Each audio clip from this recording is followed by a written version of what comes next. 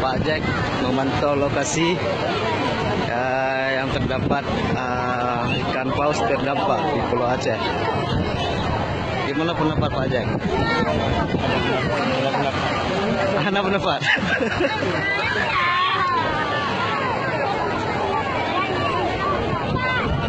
Ini Pak Jack lagi berpikir gimana untuk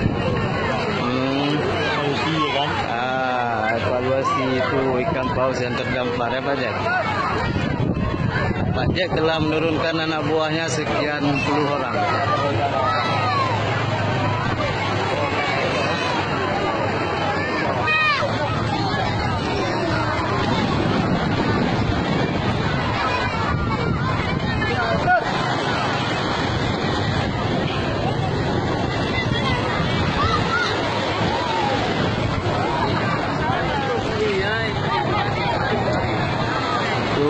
Kapal kepolisian sudah sampai untuk menarikkan dari